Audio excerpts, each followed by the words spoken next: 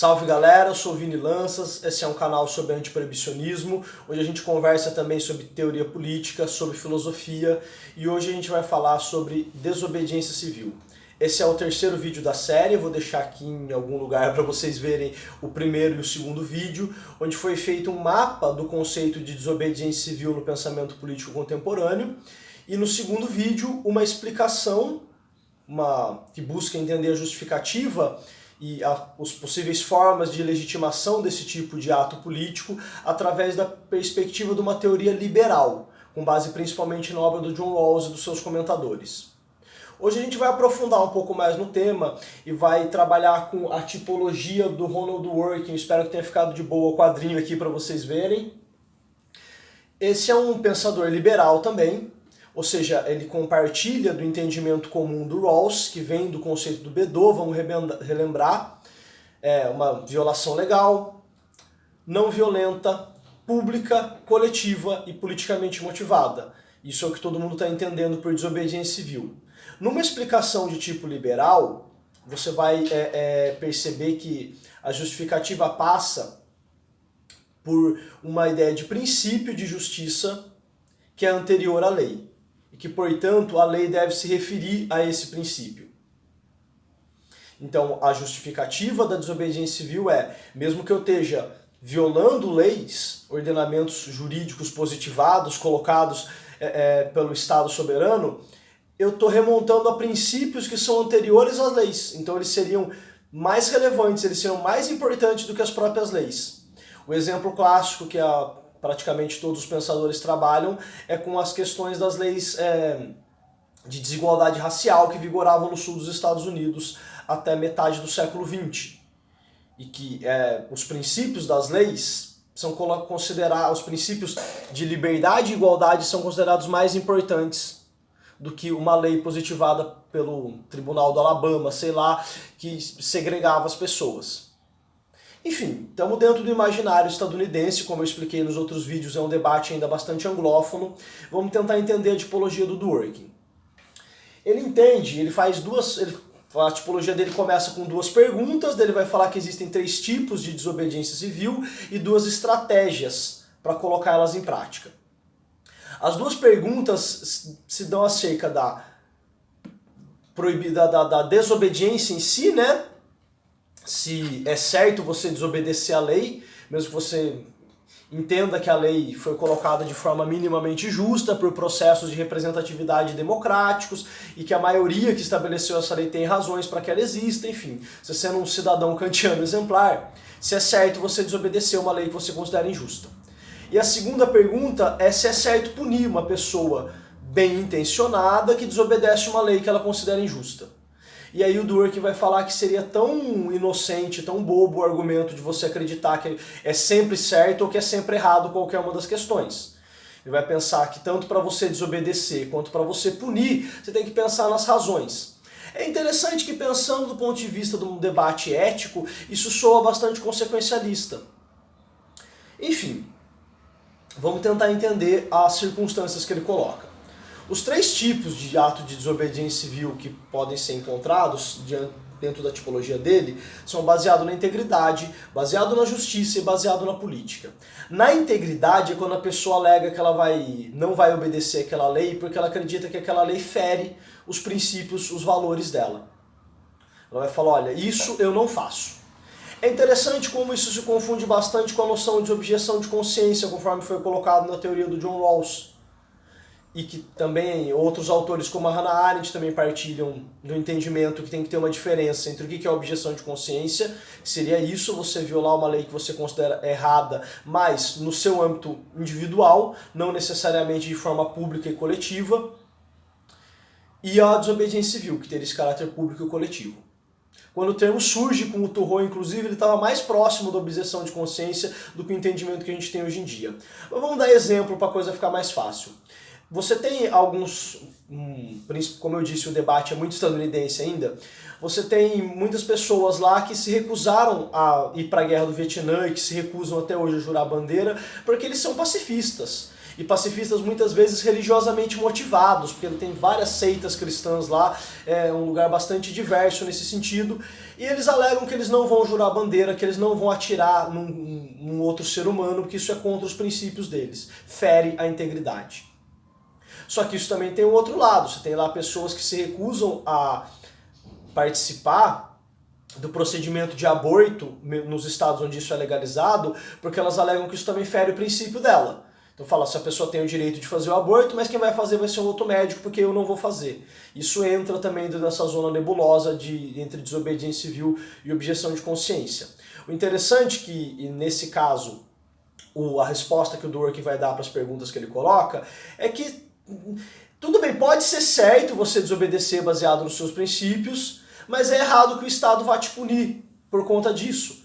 Ele fala que justamente o Estado liberal ele deve tolerar uma diversidade de comportamentos entre os seus cidadãos e que se esse cidadão em outros aspectos tem uma conduta exemplar, ele paga lá seus impostos, ele não comete nenhum crime, ele só está questionando uma lei específica, está fazendo uma reivindicação parcial do conjunto de leis, que também é uma outra característica que muitos autores dentro e fora do liberalismo vão atribuir como fundamental aos atos de desobediência civil.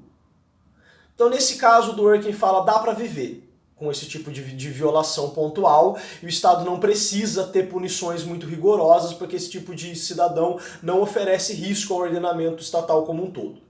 E é o princípio de justiça que ele vai defender. Que ele deve defender, né? Temos que lembrar que a gente está trabalhando com teoria normativa. O segundo tipo de desobediência civil que ele vai entender é o baseado na justiça.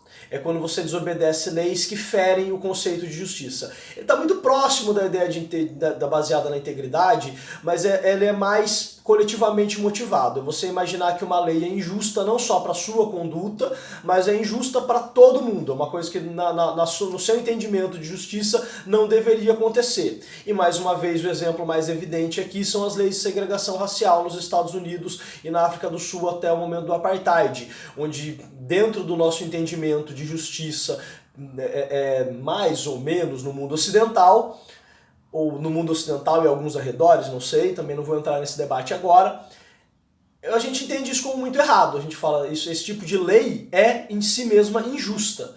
Então, nesse caso, o Dworkin vai cogitar não só que a desobediência possa ser legitimada, como em alguns casos ela ainda pode envolver a revisão judicial, que ele chama, o teste de revisão judicial. É quando você questiona uma lei baseado no princípio pelo qual ela deveria estar fundamentada, e você força os tribunais ao julgamento. E quando você força os tribunais ao julgamento, o julgamento vai concluir, muito provavelmente, que ou a interpretação que você questionou estava de fato equivocada, ou que essa lei é inconstitucional. Como aconteceu algumas vezes da Suprema Corte rever alguns procedimentos devido a atos de desobediência civil. Aqui no Brasil, que a gente tem dentro do movimento antiproibicionista, que é um exemplo interessante, é a Marcha da Maconha, que até 2011 era reprimida em alguns lugares e estava num campo nebuloso, porque os ativistas alegavam liberdade de expressão e os opositores, a galera conservadora que queria proibir, alegava apologia às drogas. E aí isso foi desembocando até que deu em 2011 uma repressão na Paulista, na Marcha da Maconha de São Paulo, e alguns ativistas de outros coletivos e alguns jornalistas, algumas pessoas que não necessariamente estavam lá pela pauta da legalização, acabaram sendo atingidos. E o resultado disso foi que algumas semanas depois foi chamada uma marcha para a liberdade, muito maior, onde vários grupos que se sentiam atingidos pela violência contra o movimento antiproibicionista participaram. Isso acabou desembocando no Supremo. E o Supremo entendeu que a Marcha da Maconha não era apologia, era liberdade de expressão. Então, nesse caso, a desobediência civil, nessa interpretação do Dworkin, ela pode servir ainda de teste de revisão judicial, embora ele fale que esse não precisa ser em todos os casos. Baseado em justiça é esse tipo, quando você acredita que a lei que está sendo questionada é injusta para a sociedade como um todo, então cabe a gente violar e, ao violar, trazer para o debate, para que as cortes, para que os parlamentos, para que as pessoas discutam se é isso mesmo que a gente entende por justiça. A terceira forma, que é a baseada em política, é quando a gente entende que uma política pública colocada em prática pelo Estado, ela é ruim para todo mundo.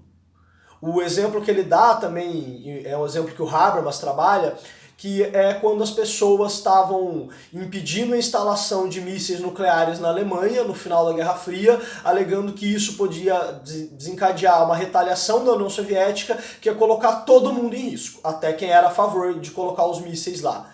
Então você tinha ali um debate de que era uma política pública ruim para a Alemanha, eu ia dizer como um todo, mas na verdade a gente sabe que a Alemanha estava dividida, mas para aquele pedaço da Alemanha como um todo, e isso caracterizava um ato de desobediência civil baseado em política. Tendo a tipologia sido colocada, ainda restam as duas estratégias para a gente trabalhar. As estratégias podem ser persuasiva ou não persuasiva. Persuasiva é quando o ato de desobediência civil está mais próximo do piquete, quando ele está ali mais próximo de uma manifestação nas ruas, onde o que você quer ali, por exemplo, você ocupa a avenida com a sua manifestação, você não quer que o trânsito acabe. Você quer chamar a atenção para aquele assunto, para aquele tema que você está reivindicando, para a sua demanda. Nesse caso é uma estratégia persuasiva, ou seja, as pessoas violam as leis para chamar a atenção para a injustiça que essas leis ou que essas políticas públicas estão praticando, mas com o fim de dialogar com a esfera pública. Por isso a desobediência civil, ela não é uma revolução armada. Então, nesse caso, a estratégia persuasiva, ela tenta convencer os demais cidadãos através de uma violação legal performática, muitas vezes, vai se aproximar depois do terrorismo poético, que ficou famoso devido a alguns autores estadunidenses, e ela não quer, em última instância, o conflito de fato. O objetivo é chamar a atenção, por isso ela é persuasiva. Das estratégias não persuasivas. As estratégias não persuasivas, apesar de autores conservadores aproximarem do terrorismo, na verdade elas também não buscam um conflito de fato, a gente está no âmbito da desobediência civil ainda.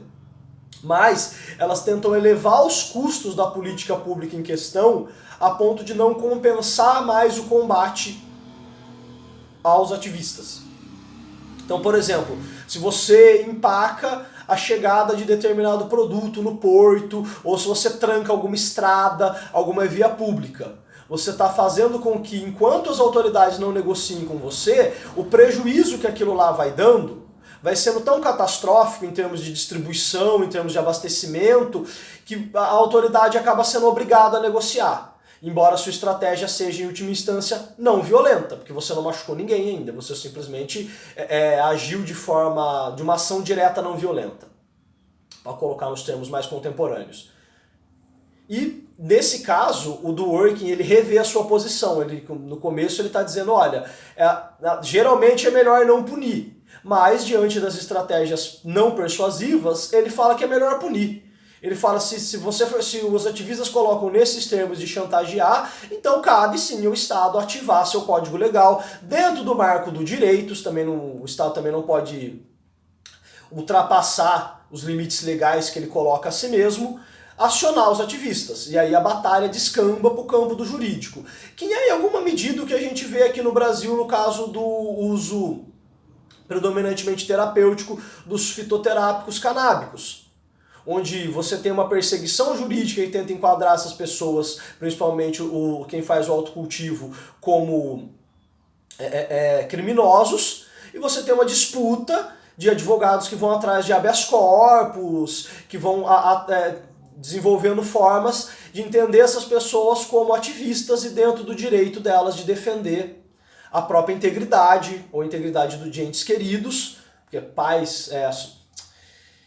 pacientes, cuidadores e médicos envolvidos. E ativistas agora também, né? Porque embora esses três também sejam todos ativistas no meu entendimento. E que isso dá para entender como ato de desobediência civil a partir desses termos colocados na tipologia do Dworkin, onde tanto se você entender a legitimidade da desobediência como a legitimidade da aplicação da lei em qualquer uma das três estratégias colocadas, e diante das duas estratégias, aliás, dos três tipos de desobediência civil e das duas estratégias, persuasiva e não persuasiva, você vai ver como o campo do jurídico passa a ser alvo de disputa e se a politização dos tribunais é algo bom ou ruim vai ter que ficar para um outro debate, e como que o termo desobediência civil ele pode ser entendido em muitos níveis.